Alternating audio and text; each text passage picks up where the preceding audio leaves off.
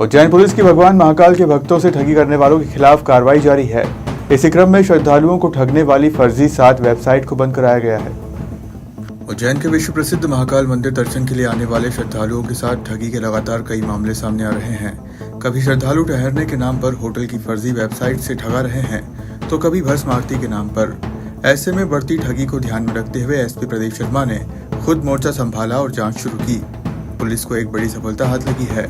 यहां श्रद्धालुओं से होटल के नाम पर ठगी करने वाली 7 वेबसाइट को चिन्हित कर कार्रवाई की है। एसपी प्रदीप शर्मा ने बताया कि भविष्य में इस प्रकार के साइबर अपराधों पर कड़ी निगरानी रखी जाएगी और आमजन को सतर्क व जागरूक करने के लिए विशेष अभियान भी चलाया जाएगा। हमारा साइबर सेल लगातार सक्रिय रहकर महाकाल मंदिर से जुड़ी हुई सभी व्यवस्थाएं, चाहे शासकीय हो चाहे गैर शासकीय हो, उनके संबंध में लगातार कार्रवाई कर रहा है। अभी कुछ दिनों से हम लोगों को शिकायतें प्राप्त हो रही थी कि महाकालेश्वर भक्त निवास के नाम से फर्जी वेबसाइट्स के माध्यम से लोगों के साथ धोखाधड़ी की जा रही है। हमने हमारी साइबर की टीम ने और सीएसपी महाकाल जो इन्होंने पूरा गूगल पे सर्च किया और उसके बाद ऐसी उज्जैन पुलिस ने सुनसान हाईवे पर लूट की वारदात करने वाले आरोपियों को गिरफ्तार कर लिया है। इसके साथ ही आरोपियों से लूट का माल बरामद कर पूछताछ शुरू कर दी है। दरअसल 10 जून को रात में पवासा के शक्ति सिंह पवार अपने रिश्तेदार राहुल पवार की मोटरसाइकिल बुलेट से हासमपुरा चिंतामण से अपने मामा से मिलने जा रहा था। इसी दौरान एक मोटरसाइकिल पर सवार 4 लोगों ने उसे रोका और घेरकर मारपीट की और फिर बुलेट और मोबाइल लूट कर फरार हो गए। पुलिस ने लूट की वारदात में संलिप्त एक आरोपी एवं 2 नाबालिगों को हिरासत में लिया, जिन्होंने पूछताछ में लूट की वारदात करना कबूल किया है। उज्जैन एसपी प्रदीप शर्मा ने खुलासा करते हुए बताया कि तीनों युवक अपने शौक को पूरा करने के लिए लूट की वारदात को अंजाम देते थे। 10 जून को यहाँ नानाखेड़ा क्षेत्र में हाईवे के वहाँ एक व्यक्ति अपनी बुलेट मोटरसाइकिल साइड पे खड़े होकर के मोबाइल पे बात कर रहे थे। इसी दौरान एक अन्य गाड़ी पे 4 व्यक्ति आए और उन्होंने इनके साथ मारपीट की और इनकी बुलेट लूट ली। इसमें क्योंकि रोड अंडर कंस्ट्रक्शन था तो पुलिस ने इसमें बहुत मेहनत।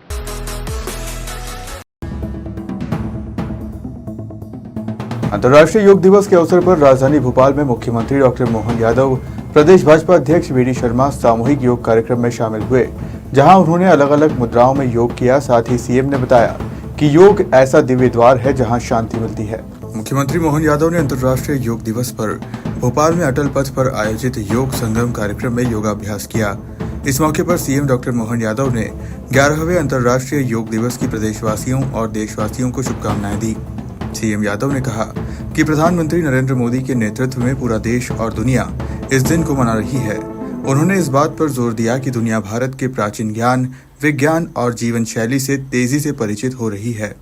सीएम ने कहा कि योग एक ऐसी दिव्य अवस्था है जब चेतना और परम चेतना का मिलन होता है।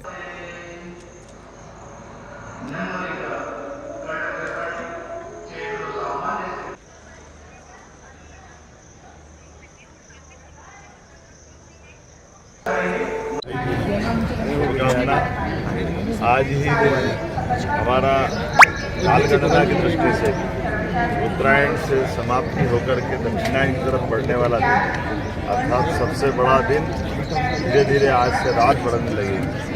जैसे जैसे समय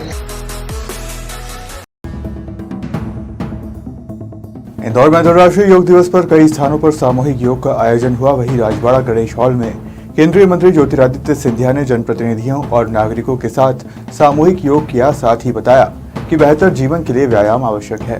दुनिया भर में 21 जून को 11वां अंतर्राष्ट्रीय योग दिवस मनाया गया। देश भर सहित इंदौर शहर में योग दिवस पर कई जगह सामूहिक योग का आयोजन किया गया।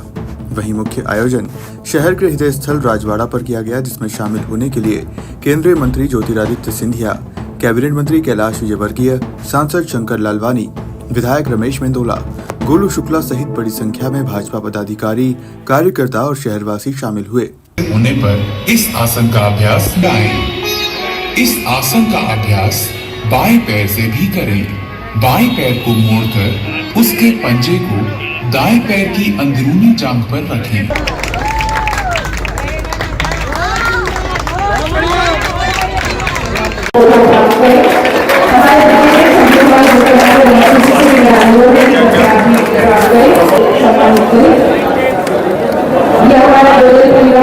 जहाँ दादा दादी बेटा बेटी और बेटा बेटी सब एक साथ योग करते हैं। मनीषी का कर दिए गाड़ी है।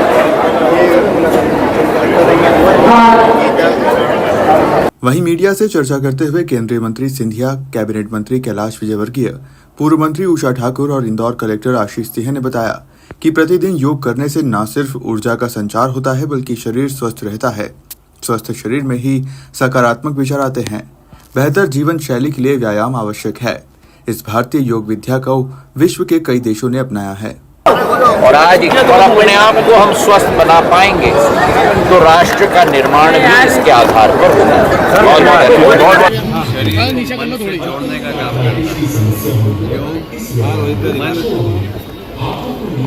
आत्मा से जोड़ने का काम करता है। बहुत सारे प्रतिभागियों ने, समाज के विभिन्न वर्गों ने, बच्चों ने, एससीसी ने, विभिन्न स्कूल्स ने, सभी डिपार्टमेंट्स ने इसमें बहुत अच्छे तरीके से पार्टिसिपेट किया। इसके लिए भी मैं सभी को बहुत बहुत बधाई देता हूँ। और जैसा कहा जाता है कि योगा कर्मसु कौशलम।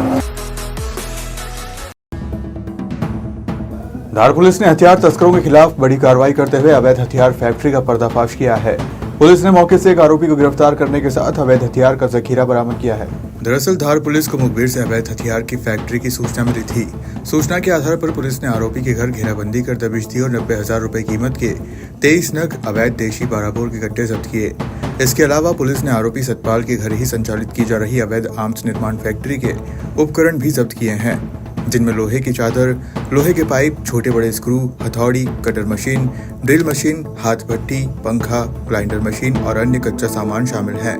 धार पुलिस अधीक्षक ने बताया कि आरोपी से पूछताछ की जा रही है। साथ ही ये भी पता लगाया जा रहा है कि इतनी बड़ी मात्रा में अवैध हथियार किसे सप्लाई करता था।